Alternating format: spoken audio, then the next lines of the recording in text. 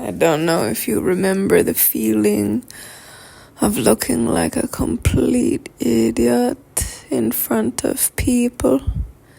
You've mastered so much in life. You have such a confidence that is portrayed that it overstates any of the feelings of not so greatness deep inside.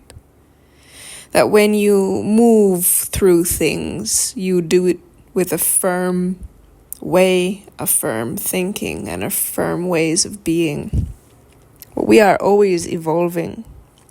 We are always emotionally charged and full of life. And this in itself is something that cannot be controlled. It is like the feeling of doing something foolish in front of people at all times. And when you tap into this place of flowing nature of oneself, you must learn how to have the balance of your structures and of your being. It doesn't feel that great deep inside because you don't know it.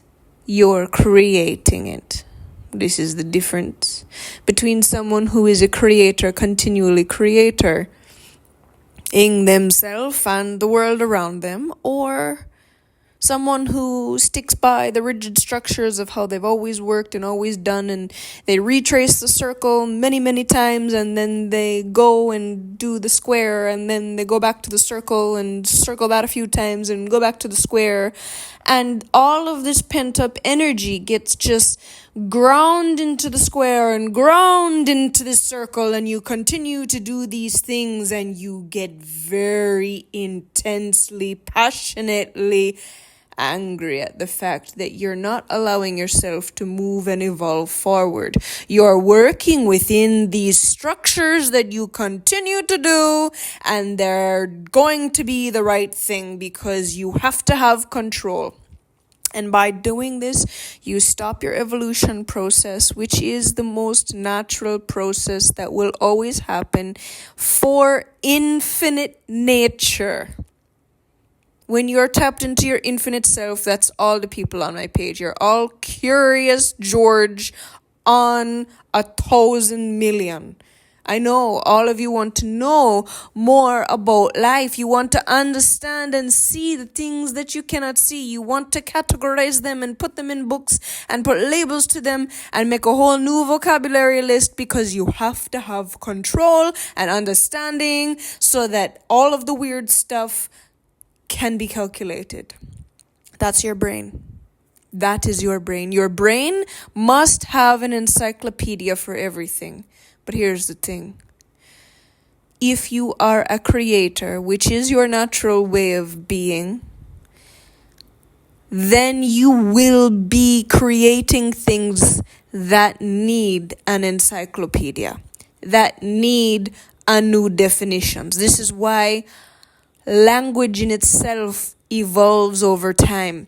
Why our slang changes, why our fashion changes. We have certain frameworks we work with, we recycle certain things, but it's different. It's got a new vibe. The language has new meanings. Each and every generation has new things they find and attune to, but there is still a structure. We still desire certain acceptances. We still desire certain loves. We still desire to express oneself. And the greatest of all these things, we desire to continually evolve. So you must be either following someone who has created, and then the person after them that created the dictionary and the encyclopedia for the person who created things. You must follow them. You cannot follow the person who is in the essence of themselves. And you're following me, so you must be the person that creates the dictionary. You're following me, so you're the one that is going to publish the encyclopedias. You're the one that is analyzing and dictating my work, so you will be the one that makes it make a different level of sense to the people that you're talking to. Now, my greatest hope and understanding is that you would say, hey, I got my inspiration from she, so that you can feel fulfilled in yourself, because there's this thing in our brain that will always remind us internally, I got it from them, and because I didn't mention them, I feel like I'm stealing from them. And then you put that deep down inside yourself and go, I'm no good. And when you do that, it affects your finances, it affects your love life. You feel like a fraud in all ways. Even if the community around you praises you and accepts you for all of the things that you are.